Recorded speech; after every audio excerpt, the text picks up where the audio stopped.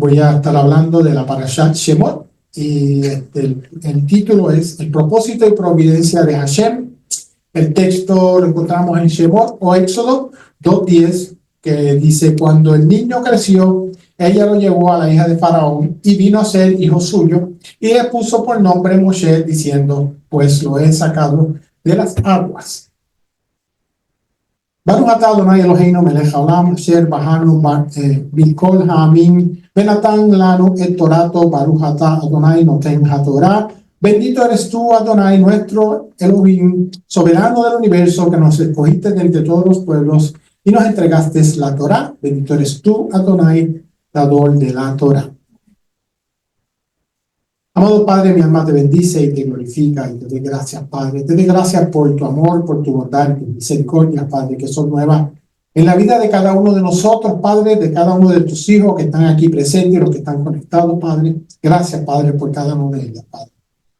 Padre, cada vez que, como yo hago, cada vez que enseño, Padre, te pido, Padre, que tú lo permitas, Padre, que salga de mis labios ninguna palabra, Padre, que pueda ofender a tus hijos, Padre, los que están aquí presentes, a tus hijas, Padre, o los que están conectados, Padre. Que es que la palabra que salga de mi boca, Padre, sea una de edificación, de crecimiento para con cada uno de nosotros, Padre amado. Tú conoces todas las cosas, Padre. Prepara nuestras mentes, nuestros corazones, Padre, y que esta enseñanza, Padre, pueda penetrar hasta la división de nuestra alma y de nuestro espíritu, Padre, para que nosotros, además de ser oidores, Padre, podamos ser hacedores de ella, Padre, podemos ponerla en práctica tanto en nuestra vida, Padre, o para con aquellos que tú pongas, personas que pongas en nuestro camino, Padre. Te pido esto en el nombre de Yeshua HaMashiach, nuestro Mesías y nuestro Salvador. Amén, amén y amén. Amén. La parasha de hoy, como bien está dicho, no sé si estoy en el medio, para las personas que están acá pueden ver. Bien. Amén. Baruch Hashem. La Torah, la lectura de la Torah la encontramos en Éxodo, Shemot, comenzando el capítulo 1 al 6:1. La Haftará, lo que termina la enseñanza, se encuentra en Jeremías 1:1 al capítulo 2:3. Y la lectura de la Brit Hadashah, o el Pacto Renovado, o como conocemos el Nuevo Testamento, se encuentra en Hechos 7:20 al 34 y Hebreos 11:23 al 29. Y aquí, los que puedan ver, hay unas referencias que he utilizado para la preparación de esta enseñanza. La síntesis que encierra en esta parasha, pues Shemot, que significa nombres, introduce nuevamente los nombres de los 12 hijos de Jacob, incluyendo a José. O sea, que en Génesis ellos pues mueren a finales de Génesis. Entonces, pero Shemot empieza hablando de los 12 hijos de Jacob, incluyendo a José, demostrando la importancia aún que tienen todos ellos para el Eterno. Es la parasha número 13 del ciclo de las lecturas de la Torah. O sea, cada vez que leemos, es el orden que le toca en las parashá, y esta es la número 13. Shemot o Éxodo representa el fin de una edad, la de los patriarcas, y el comienzo de otra, que es una de asimilación. ¿Por qué digo asimilación? Porque entonces el pueblo que está esclavizado comienza de una manera indirecta, podríamos decir, a asimilarse con lo que estaba pasando en Egipto.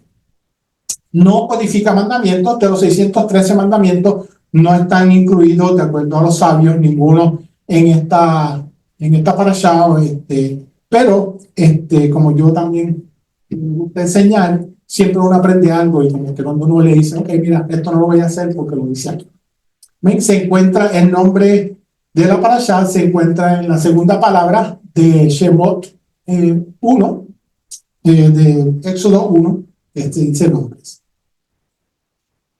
Los temas que están en esta parashá, los israelitas son afligidos en Egipto, el nacimiento de Moshe, la vida de Moshe luego de matar al egipcio. Yahweh hace el llamado a Moshe. Moshe regresa a Egipto. Moshe y Aarón enfrentan por primera vez al faraón, se enfrentan a él, y las represalias del faraón. Y algo que en esta tarde quiero dejarles saber a cada uno de ustedes es, voy a estar hablando acerca de una historia que se encuentran en el Talmud.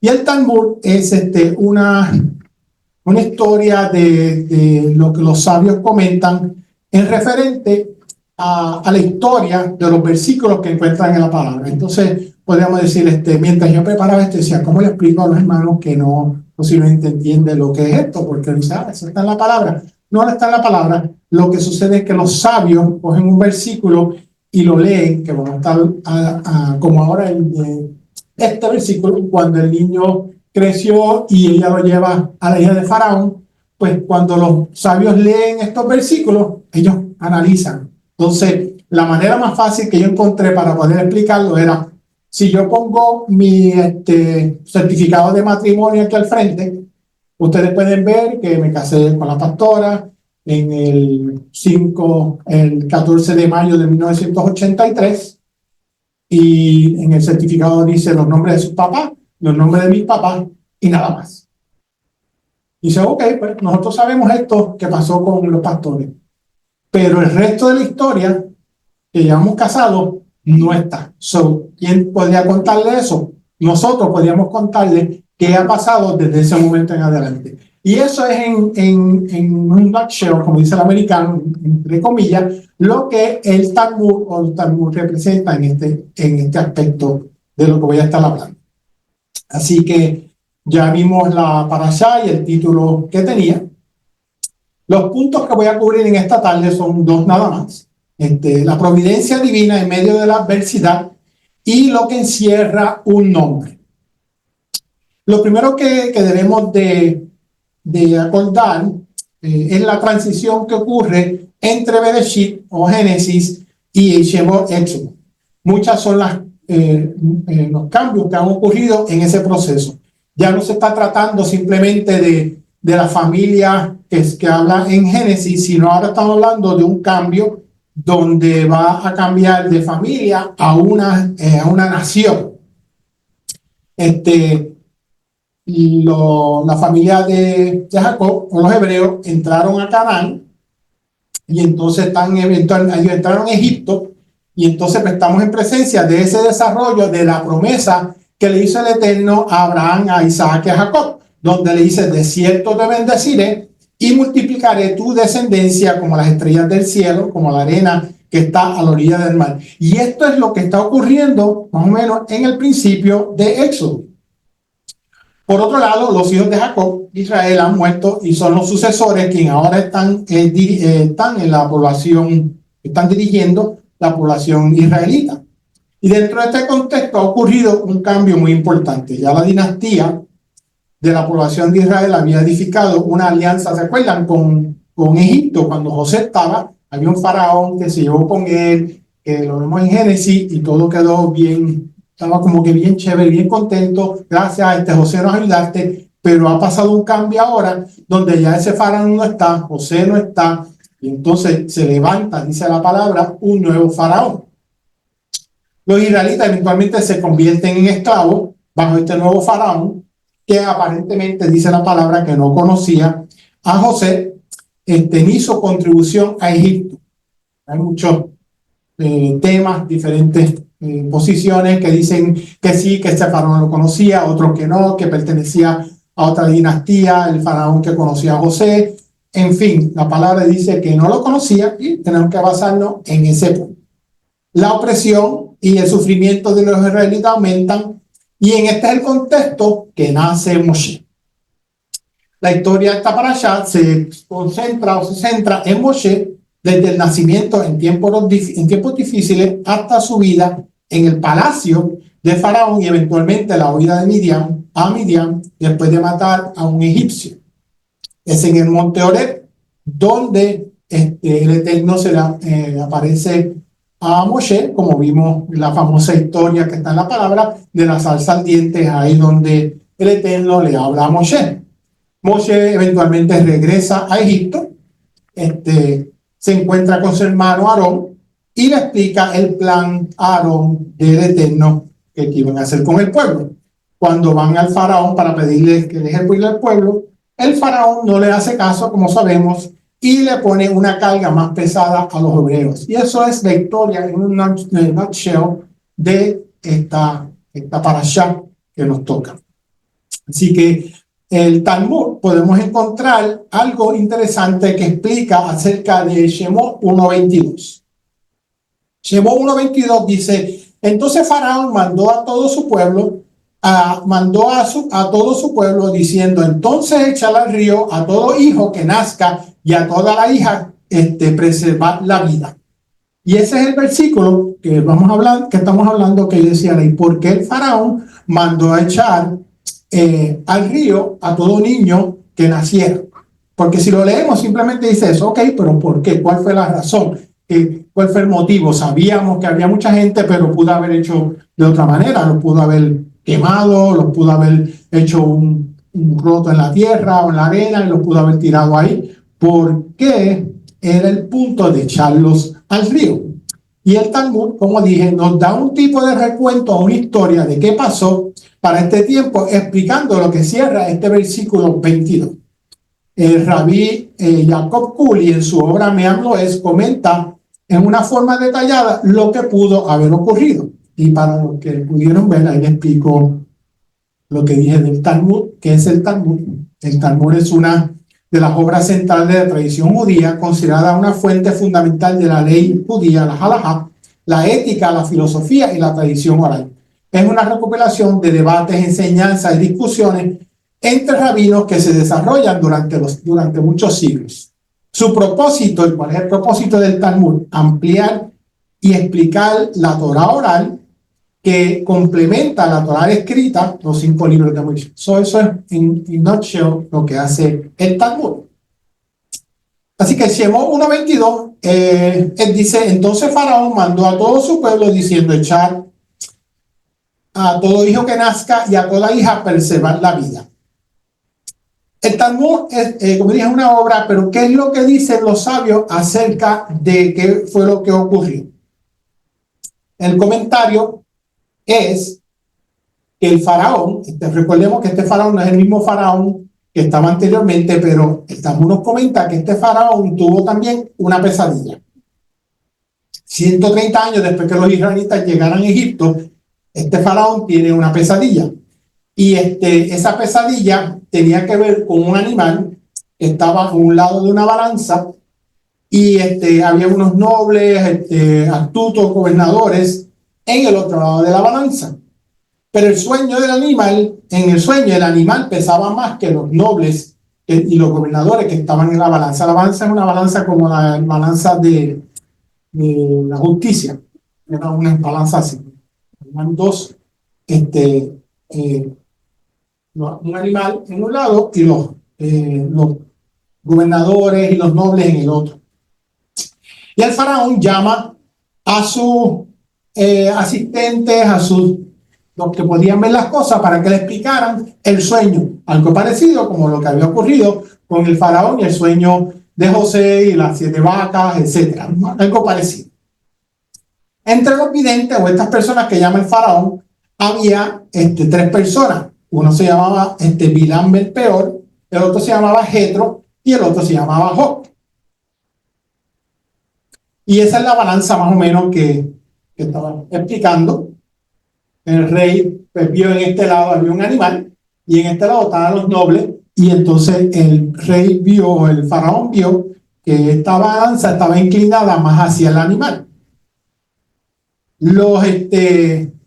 El Talmud 11a dice lo siguiente, que Balaam le aconsejó al faraón oprimir a los israelitas, y como resultado fue castigado más adelante de su maldad. Sabemos que está el mismo Balaam que aconsejó a Balac. Se refiere a este mismo Balaam. El Talmud recita también que Jetro fue el suegro de Moshe, se opuso del plan del faraón, diciendo: los israelitas, defendiendo a los israelitas, por esta razón él huye y se va a Madián.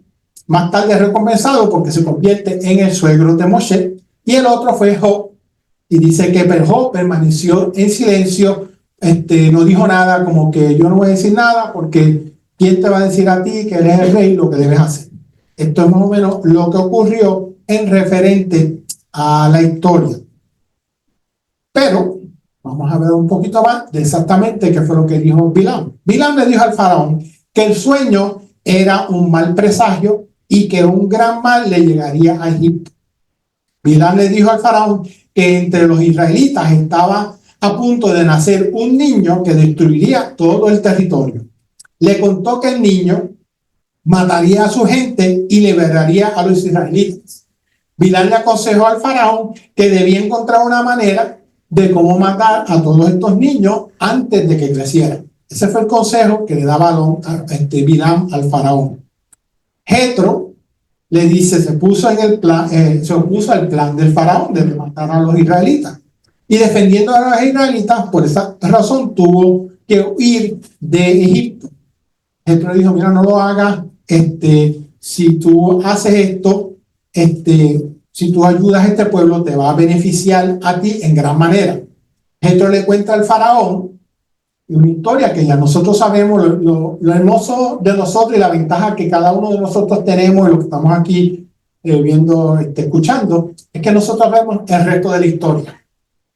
Nosotros sabemos qué fue lo que pasó en este tiempo, esto no estaba ocurriendo.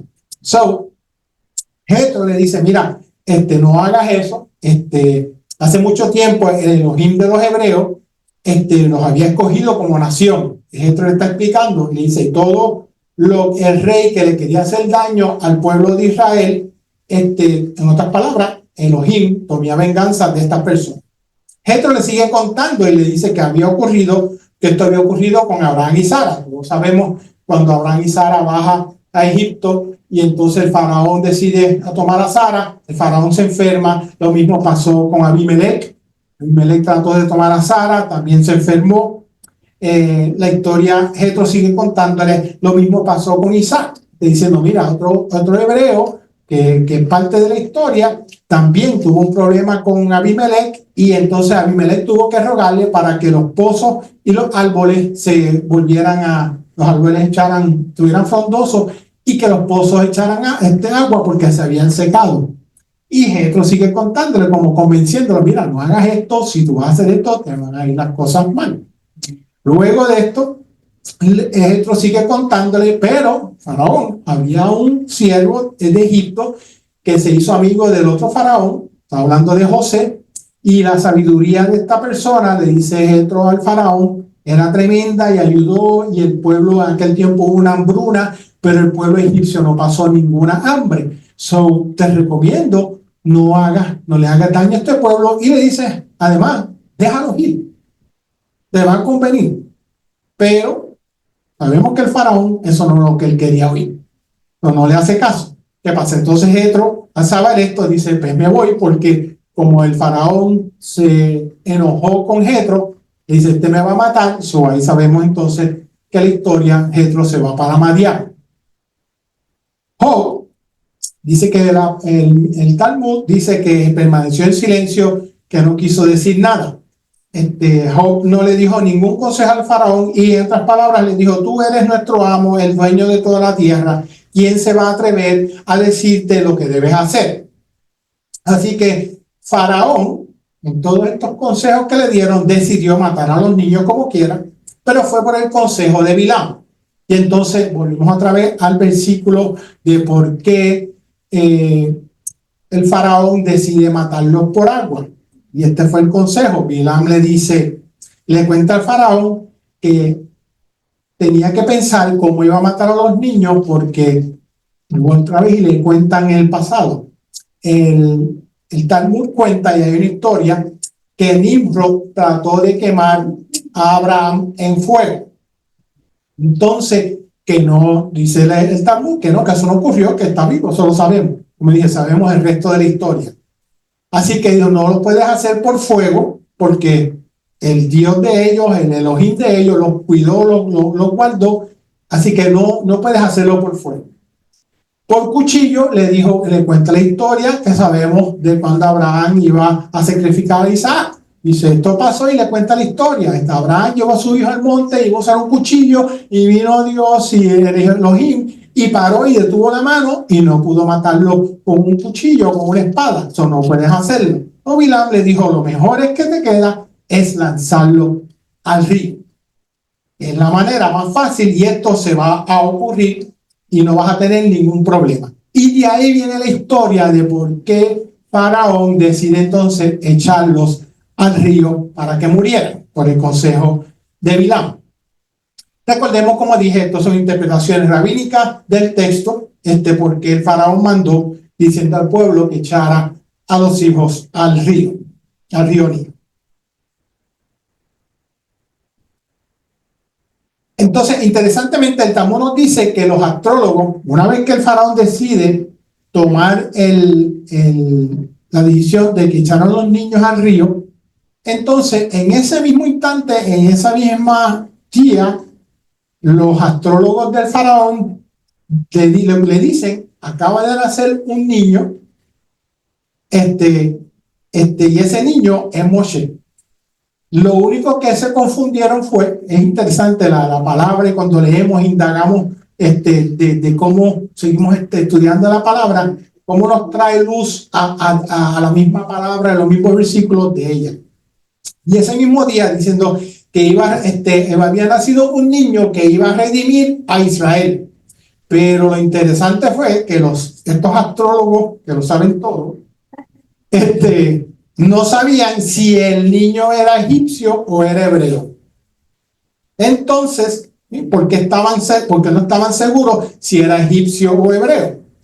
Meam Loez comenta que estos astrólogos cometieron un error de no saber si el niño era egipcio o hebreo, porque no sabían, volvemos a ver la historia que nosotros sabemos, que la hija del faraón adoptaría a Moshe. Pero verdaderamente se ciegan. ¿Por qué? Porque entonces, sí, Moshe era hebreo, pero lo cría una egipcia. Ellos no sabían qué era. Sabía que había nacido un libertador, pero no sabíamos qué era. Y por eso el faraón no solamente decide que mueran los hijos de los hebreos, sino todos los hijos que nacieran, porque sus astrólogos no sabían quién era. Así que ya que tenemos una base de por qué el faraón decidió que los niños fueran echados al río para que se ahogaran, ahora vamos a ver la providencia divina en medio de la adversidad. Shemot 2:3 dice, pero no pudiendo ocultarlo por más tiempo, tomó una cestilla de juncos y la calafeteó con asfalto y brea.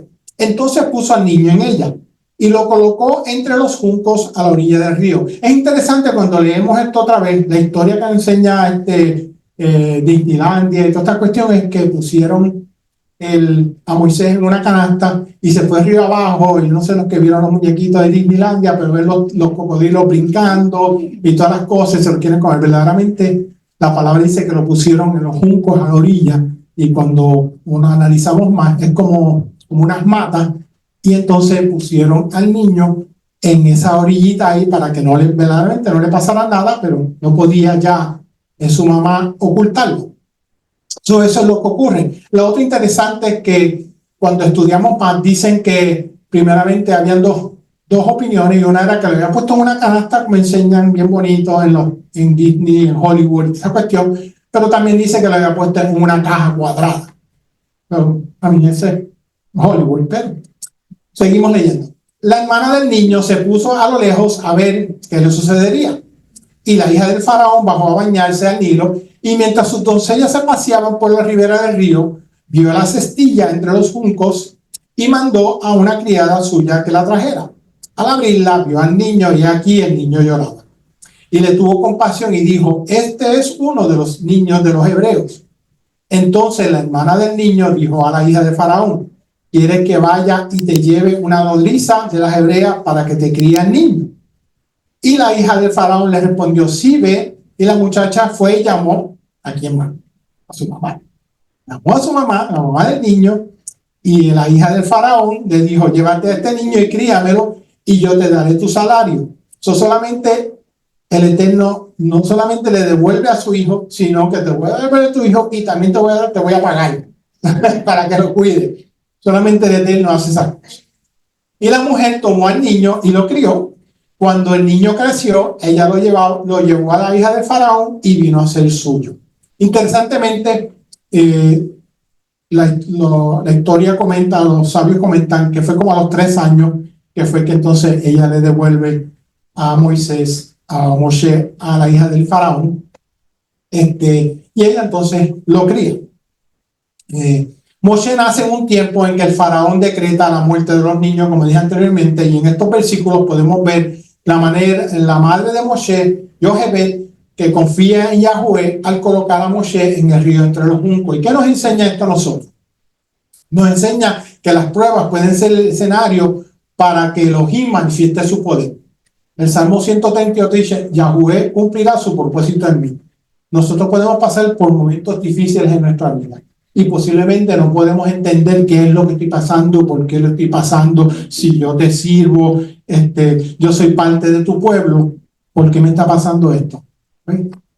Acordémonos de Moshe y decíamos en este momento, cuando enfrentamos dificultades, debemos de recordar que Yahweh obra incluso en situaciones más desafiantes en las que podamos nosotros enfrentar o entender.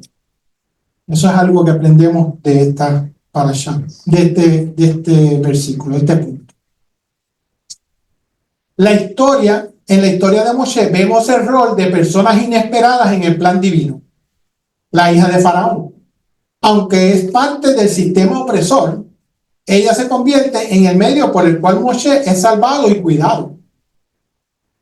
¿Qué aprendemos de esto? Elohim puede usar cualquier persona para bendecirnos y guiarnos.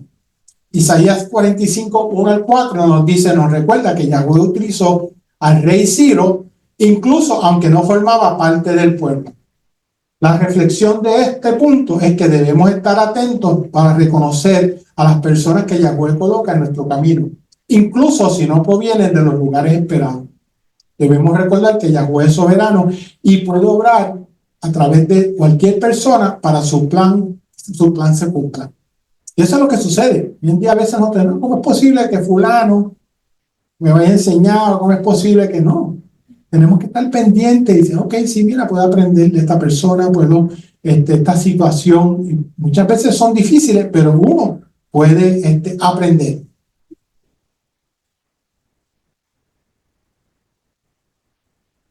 La formación del líder en un entorno contradictorio. El crecimiento en la corte egipcia. Moshe fue formado en un entorno que parece contrario a su identidad hebrea, pero esto lo preparó para ser el líder del pueblo que salió de Egipto. Como podemos ver aquí, como el Eterno en su manera poderosa dice, ok, yo voy a poner a esta persona que va a redimir al pueblo porque lo va a sacar. El primer redentor es considerado como el primer redentor. Voy a poner a esta persona en el medio que lo entrenen, que lo enseñen, que le den todas las habilidades para poder hacer el plan que yo tengo para él. La enseñanza, la experiencia que enfrentamos, incluso en aquellas difíciles, puede ser herramientas que Elohim usa para prepararnos. ¿Para prepararnos para qué?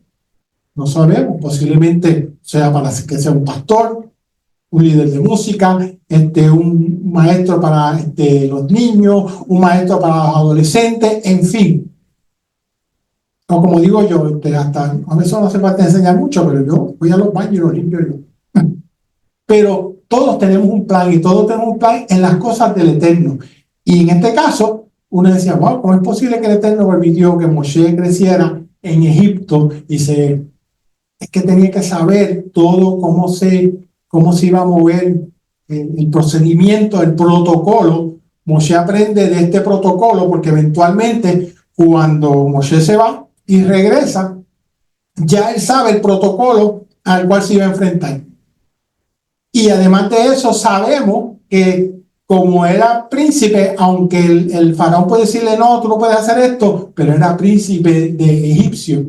Y entonces el faraón, Moshe, tenía la autoridad de poder entrar, porque a veces uno piensa, ¿cómo es posible que Moshe pueda entrar con Aarón a donde el faraón a hablar con él?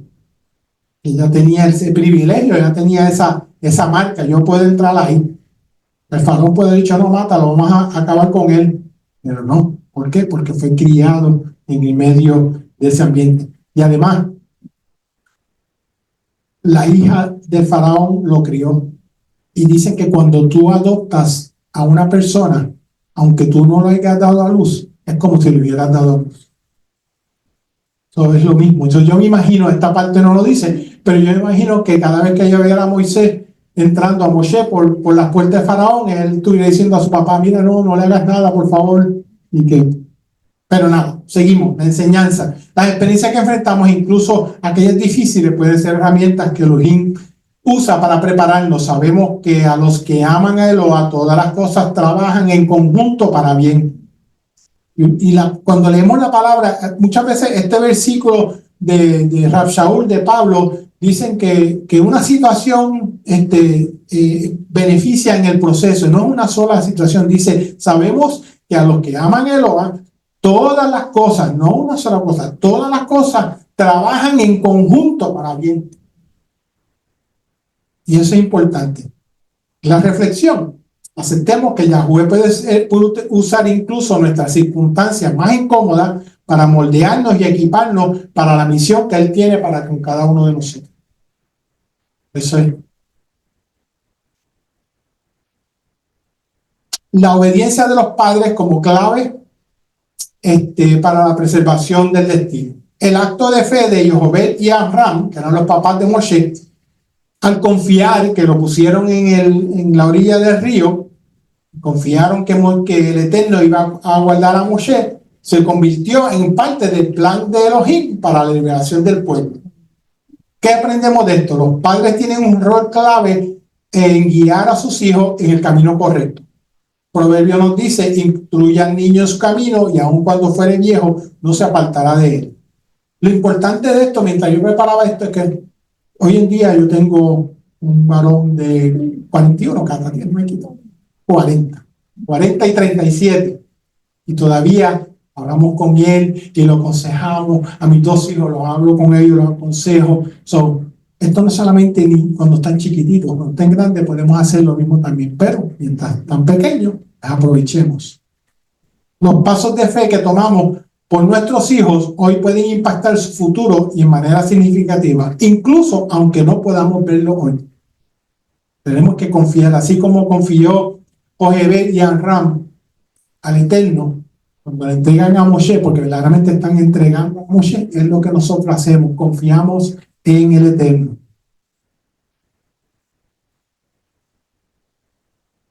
¿Qué más nos enseña esta parasha? Confianza en los planes de Yahweh para nuestras vidas. Famoso salmo, Yahweh mi pastor, nada me faltará. Aun cuando enfrentamos situaciones de incertidumbre en la vida, confiemos que Yahweh está en control y su plan siempre es bueno. Él tiene control de todo, aunque no lo veamos. Hermano, yo puedo estar aquí, yo imagino que cada uno de ustedes, pero yo sé que yo en tiempo he visto como situaciones, dice, es imposible que esto pueda ocurrir, y cuando tú vienes a ver, el Eterno nos enseña el resto de la historia. En la palabra nosotros mismos sabemos el resto de la historia, porque tenemos que leer. En nuestra vida no sabemos el resto de la historia. Sabemos hasta donde llegamos, hasta el día de hoy. Pero el mañana no lo sabemos. Ahí es donde viene la confianza. Ahí es donde yo confío en el Eterno. Sea la situación que sea, en ese momento es cuando yo confío en el Eterno, que Él se encargará. ¿Cómo puedo entregar mis temores y confiar en la soberanía de Elohim? Aceptando el proceso formativo de nuestras vidas. Cada uno de nosotros, el Eterno nos está ayudando a crecer. Jóvenes, niños, adultos, abuelos y abuelitos. Con tu abuelo nos ayuda a formar y ayudarnos. Yeshua nos recuerda en Mateo 28, he aquí yo estoy con vosotros todos los días hasta el fin del mundo. Todos los días Él está con nosotros. Elohim está presente en cada etapa de nuestras vidas, guiándonos hacia el propósito divino que Él tiene para con cada uno de nosotros.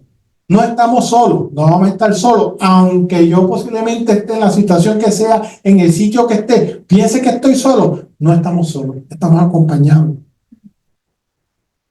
Yo puedo decirte aquí, cuando tú necesitas, tú tienes mi número, me mandas un texto, lo que sea, la pastora, los amigos, las amistades, estamos ahí. Pero hay momentos en la vida en que estamos solos físicamente, pero no estamos solos porque nuestro Elohim, nuestro Salvador, está con nosotros. ¿Qué experiencias actuales puedo ver como preparación divina para mi futuro? Una pregunta que nos podemos hacer.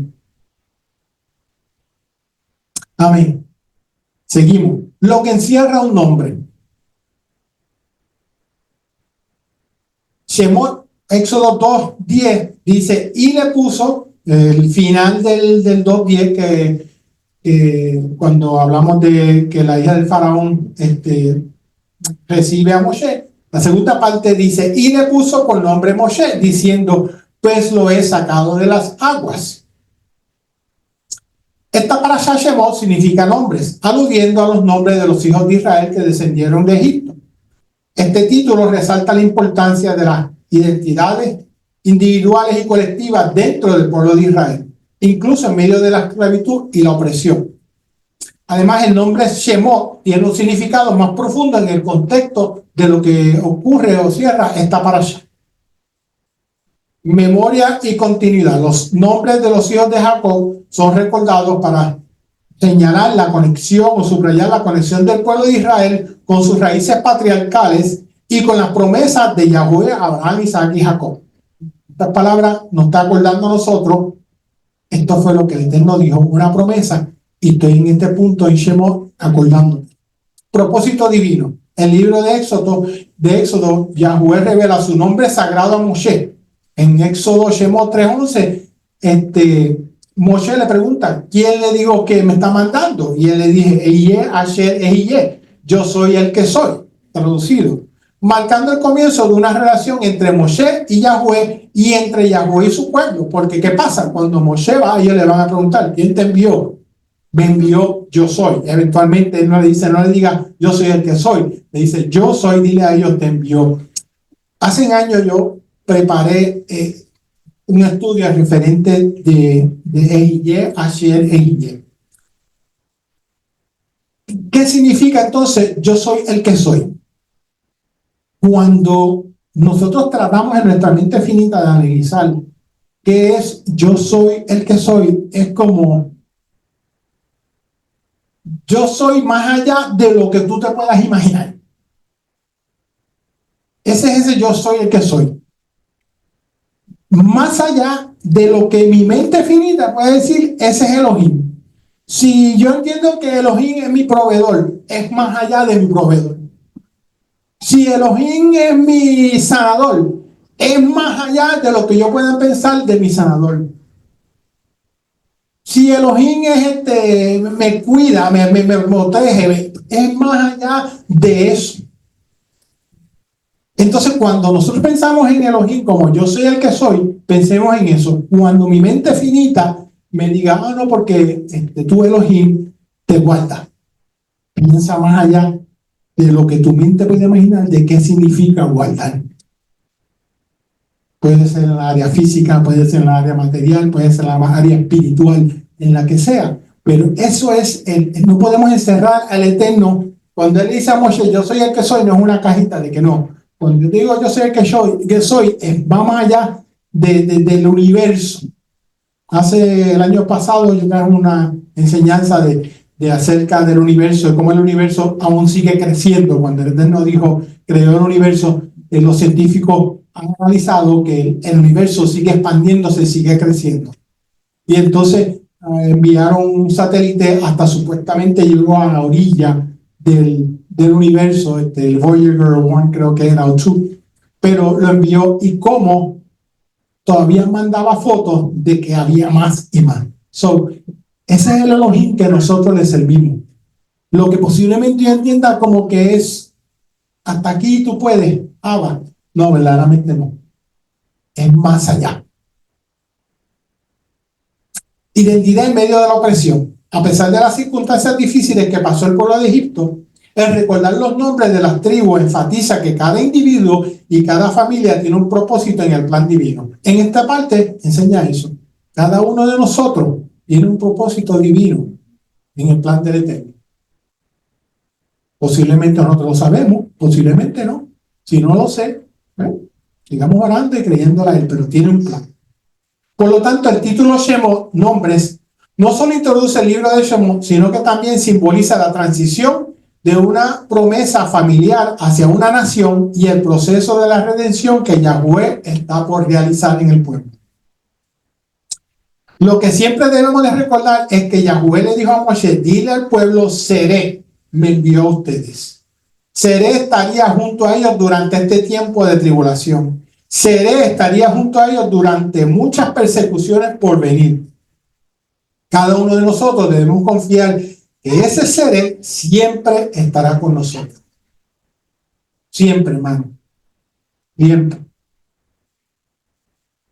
Como decía el pastor mío de muchos años, cuando decía siempre, siempre es un absoluto, sí, es un absoluto, siempre. Interesantemente, Meam Loes comenta que Moshe se le conoció con diferentes nombres. Uno, ya sabemos que era Moshe y está relacionado con la palabra Masha, que significa extraer algo del agua. Esto es una forma activa del nombre, ya que su nombre indica que sería quien extraería a Israel de Egipto. Interesantemente, cuando preparaba el estudio, dice, bueno, esto es interesante, pero tiene otros nombres que se le conoce. En el Talmud habla de esto, Meam Loes. El otro nombre que se le conocía, el padre de Anán, lo llamó Heber, indicando que Moshe estaba destinado a unir, Jabal, a los israelitas con su Padre Celestial. El tercer nombre, su madre Jehová lo llamó Yecutiel, que proviene de la raíz Kaba, que significa esperanza, aludiendo que Moshe sería la esperanza de Israel en medio de su esclavitud. Otro nombre, su hermana Miriam lo llamó Yered, porque por causa de él, ella bajó Yadá al Nilo a ver qué le ocurría, dando la alusión que él haría bajar Yará, la Torá del cielo para dársela a Israel, que fue lo que ocurrió en Shavuot. Aarón lo llamó Avi Zanoa, amo del rechazo, del verbo hebreo saná, rechazar. Él hará que Israel rechace a los ídolos. Otro nombre, la nodriza de Moshe lo llamó Avi Soho. Él es amo, Avi, de los videntes, Sohim y profetas. A través de su inspiración divina, él logrará ver todas las cosas ocultas. Que fue así, el Eterno le dio ese don. Su abuelo, Kehat, lo llamó Abigdor, amo del cerco del Gedel, porque dijo, desde el nacimiento de este niño, Adonai ha acercado a Faraón sin dejarlo que continúe su derecho de ahogar a los bebés israelitas. Y entonces, usted dice, ¿qué pasó con esto? Lo que pasa es que cuando, otra historia del Talmud, pero si no seguíamos, olvídate, podemos estar aquí hasta las 5 de la tarde. Pero la historia de esta parte de lo que su abuelo, ¿por qué le dice eso? Es porque cuando Yohebed lo pone en el río, los astrólogos del faraón dijeron, se murió el niño. ¿Por qué? Acuérdense, el faraón dijo, ahógalos a través del agua. Al ponerlo en la canasta en el agua, los astrólogos vieron que ya el niño había muerto ahogado. Y no fue así. Por eso es que ocurre esto y por eso es que el abuelo dice el Talmud que lo llamó de esa manera. Los israelitas que lo conocían, que conocían su destino, lo llamaron Shemayá ben Natanel, pues predijeron, en sus días Adonai oirá Shamá, oirá nuestras voces. Enseñanza para nosotros en estos nombres del Altísimo puede reflejar en la vida de nosotros, como uniendo, Heber, proyectando esperanza, Yecutiel, compartiendo la Torá, rechazando lo que no es de Elohim, orando que Adonai nos ayude a discernir, confiando y demostrando que creemos en la protección de Adonai, creyendo que Adonai escuchará nuestras oraciones y nosotros podemos extraer a aquellos que están esclavizados del mundo. Todos esos puntos nosotros podemos hacer eso. Cada uno de nosotros podemos, no solamente aquí en la Quejina, porque lo hacemos, pero a las personas que el Eterno permite, vamos uniendo a las personas. Podemos proyectar esperanza. Las cosas no se han acabado. Por más difícil que estén, hay una esperanza. Sea la situación que sea. Compartiendo la Torah. Nosotros podemos compartir la Torah, la enseñanza, lo que aprendimos. Rechazando lo que no es de Elohim, vino rechazando. Eso nosotros lo hacemos y a través del ejemplo también le enseñamos a otras personas. No, esto es del Eterno, yo no lo acepto, no puede ser así. Y que lo siento. Orando a Adonai que nos ayuda a discernir también de la misma manera. En fin, los nombres que le dieron a él, nosotros podemos utilizarlos como una guía para nuestras vidas en nuestro caminar. Y con esto termino. La pesadilla del faraón, 130 años tras el arribo de los israelitas a Egipto, el faraón tuvo una pesadilla. Y si se acuerdan, yo les dije que tuvo una pesadilla donde había un animal en un lado y unos nobles en el otro. Pero el anciano que colocó a los nobles y hasta el gobernador de Egipto en un lado, en el otro había un cordero. Ese era el sueño, ese era el animal que el faraón tuvo. Había un corderito en un lado y los nobles estaban en el otro, y el corderito pesaba más que los nobles o los líderes de Egipto. Esa fue la pesadilla de él. El sueño de Faraón, aunque no aparece directamente en el relato bíblico, tiene una poderosa resonancia simbólica que apunta a nuestro Redentor de Yahweh, el Redentor de Yahweh, Yeshua HaMashiach, quien es descrito como el Cordero del Adón. El corderito como figura y redención. En el sueño el corderito pesaba más que los líderes de Egipto, simbolizando la supremacía de lo que parece humilde y pequeño a los ojos humanos. Esto es un reflejo del principio espiritual de Yahweh. Usa lo débil y lo menospreciado para confundir a los fuertes y los sabios. 1 Corintios. Pero si usted se acuerda, mientras preparaba el mensaje, mientras analizaba, porque uno sigue meditando y que ¿se acuerdan que cuando José se encuentra a sus hermanos, en Génesis, si no se acuerdan, yo se lo voy a acordar un poquito. Cuando ellos van a bajar, le dice que comenta, mi papá está vivo, le dice, sí, tu papá está vivo, pues cuando venga, ¿qué le dice José a sus hermanos? No le digan al faraón que ustedes son pastores, ¿verdad? ¿Me acuerdan? No le digan, ¿por qué? Porque pastores de ovejas eran como que menospreciados. Podemos ver entonces la conexión aquí también de que el faraón tiene esta pesadilla, porque ¿cómo es posible que una oveja sea más poderosa, tenga más peso que los nobles? En la redención del pueblo de Israel, el Cordero Pascual, que marcó el éxodo de Egipto, es una sombra profética de Yeshua, Cordero perfecto, cuya sangre trae redención y vida eterna a cada uno de nosotros. Es aquí el Cordero de Eloa que quita el pecado del mundo. La balanza, que significa la balanza en las manos de este anciano, representa el juicio y la justicia divina. Los líderes de Egipto, símbolos de poder y riqueza y opresión, no pueden compararse con el peso espiritual y eterno del corderito, del Cordero de Elohim. Esta luz del sacrificio de Yeshua, quien con su vida y muerte, sabemos, superó el poder del pecado y la muerte.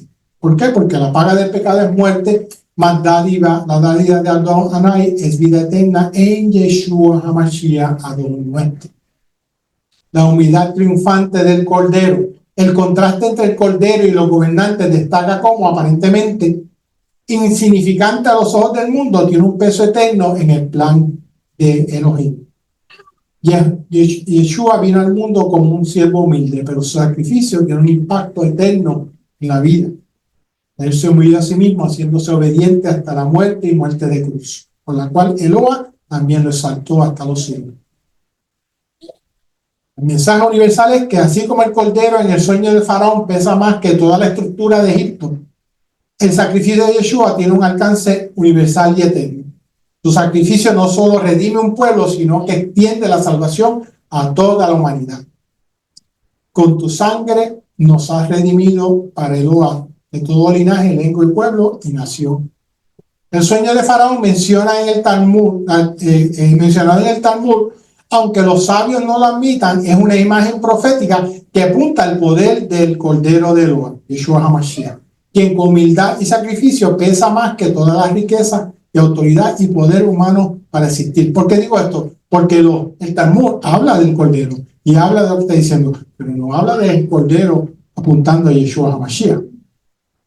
La redención de Israel por medio de la sangre del Cordero Pascual fue anticipo de la redención final realizada por Yeshua HaMashiach, el Cordero que venció el pecado y la muerte, otorgando vida eterna a todos los que en él creen. Amén. Con esto termino. Shabbat shalom.